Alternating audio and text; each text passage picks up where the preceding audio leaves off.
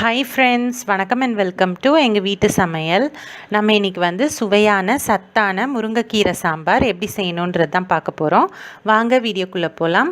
இந்த வீடியோவில் முருங்கைக்கீரையை வச்சு ஒரு சாம்பார் தான் செய்ய போகிறோம். அதாவது முருங்கைக்கீரை சாம்பார். அதாவது இந்த முருங்கைக்கீரையிலேயே நிறைய அயன் கால்சியம்லாம் சத்து இருக்குது. அதே மாதிரி துவரம்பருப்புலேயும் பார்த்திங்கன்னா நிறைய ப்ரோட்டீன் சத்து இருக்குது. அதனால் நம்ம உடம்புக்கு தேவையான சத்துக்கள் இந்த ரெசிபியிலேருந்தே கிடைக்கும். வாங்க எப்படி செய்யலான்னு பார்ப்போம். 50 கிராம் பருப்பை கொஞ்சோண்டு மஞ்சள், பெருங்காயம், வெந்தயம் போட்டு வேக வச்சு எடுத்துக்கோங்க. நல்லா சுத்தம் செஞ்ச முருங்கைக்கீரை 1 கப்பு, 15 சாம்பார் வெங்காயம், 2 நாட்டு தக்காளி, பச்சை மிளகாவும் காஞ்ச மிளகாவும் 2 கொத்தமல்லி தழை கொஞ்சோண்டு, கருவேப்பிலை இதெல்லாம் வந்து எடுத்து வச்சுக்கோங்க. இப்போது கடாயில் கொஞ்சமாக எண்ணெய் விட்டுட்டு எண்ணெய் காஞ்சோன்னே நீங்கள் வந்து கடுகு வெடித்தோன்னே நீங்கள் வந்து உளுத்தம் பருப்பு போட்டு தாளிச்சிக்கோங்க. அடுத்து 6 பல்லு பூண்டு போல் நசுக்கி சேர்த்துக்கோங்க. இது வந்து நல்லா வதங்கின பிறகு நீங்கள் வந்து கொஞ்சோண்டு கருவேப்பிலை சேர்த்துக்கோங்க.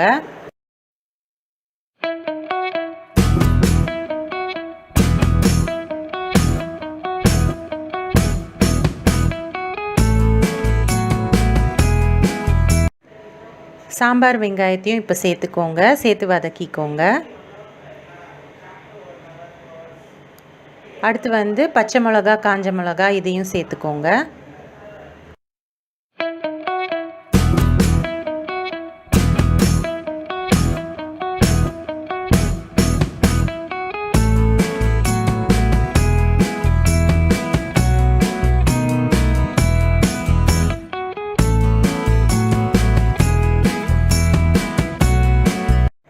நறுக்குன 2 நாட்டு தக்காளியும் சேர்த்து நல்லா வதக்கிக்கோங்க.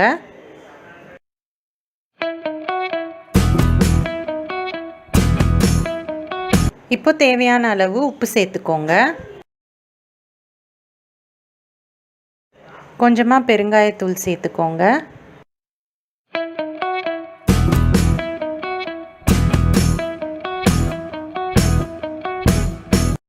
மஞ்சத்தூளும் கொஞ்சோண்டு சேர்த்து வதக்கிக்கோங்க.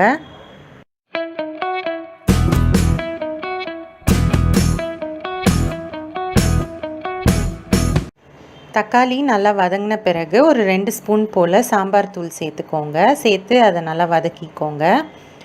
பச்சை வாசனை வந்து போகிற வரைக்கும் வதக்கிக்கோங்க. கொஞ்சோண்டு தண்ணியும் சேர்த்துக்கோங்க.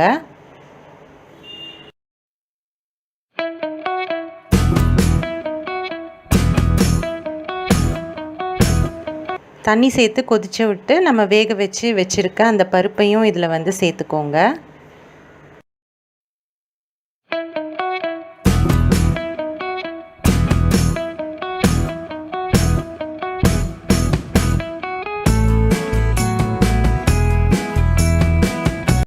அடுத்து புளியையும் கரைச்சி விட்டுக்கோங்க.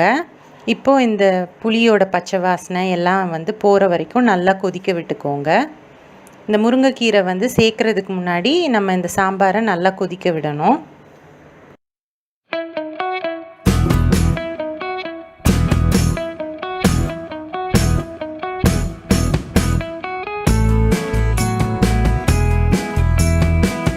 இப்போ வந்து சாம்பார் நல்லா கொதித்து நல்லா பச்சை வாசனைலாம் போன பிறகு நம்ம வச்சுருக்க அந்த 1 கப் முருங்கைக்கீரையை இதில் வந்து சேர்த்துக்கலாம்.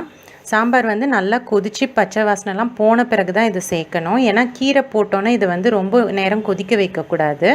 ரொம்ப நேரம் கொதிக்க வச்சோம் அப்படின்னா அந்த கலர் போயிடும், சத்தும் போயிடும், டேஸ்ட்டும் போயிடும். அதனால் ஒரு கொதி வந்தோடனே நீங்கள் வந்து ஆஃப் பண்ணிடணும் கீரை போட்ட பிறகு.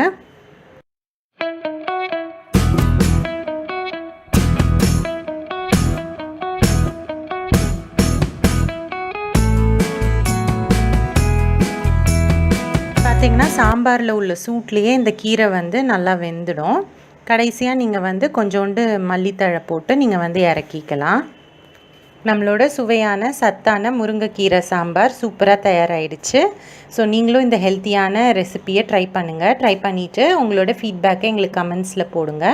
இந்த வீடியோ உங்களுக்கு பிடிச்சிருந்ததுன்னா லைக் பண்ணுங்கள், ஷேர் பண்ணுங்கள், சப்ஸ்கிரைப் பண்ணுங்கள். மறக்காமல் பெல் பட்டனையும் டேப் பண்ணுங்கள். அப்போ தான் எங்களோட ரெகுலர் அப்டேட்ஸ் உங்களுக்கு வந்து சேரும். தேங்க்யூ.